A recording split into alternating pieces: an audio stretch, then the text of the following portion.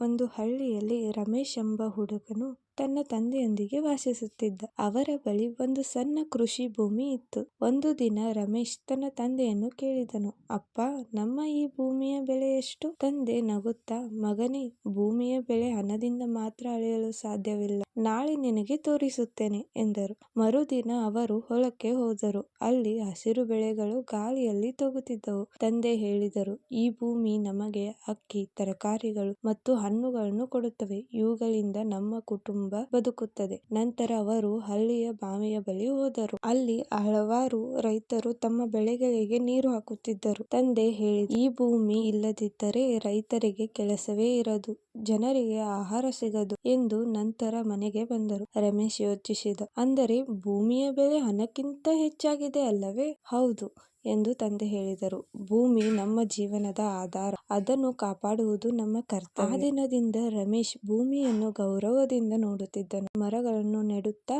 ಹೊಲವನ್ನು ಸ್ವಚ್ಛವಾಗಿಡಲು ಸಹಾಯ ಮಾಡುತ್ತಿದ್ದನು. ಈ ಕಥೆಯಿಂದ ತಿಳಿಯುವುದು ಏನೆಂದರೆ, ಭೂಮಿ ಕೇವಲ ಆಸ್ತಿಯಲ್ಲ, ಅದು ನಮ್ಮ ಜೀವನದ ಆಧಾರ ಕೂಡ ಹೌದು.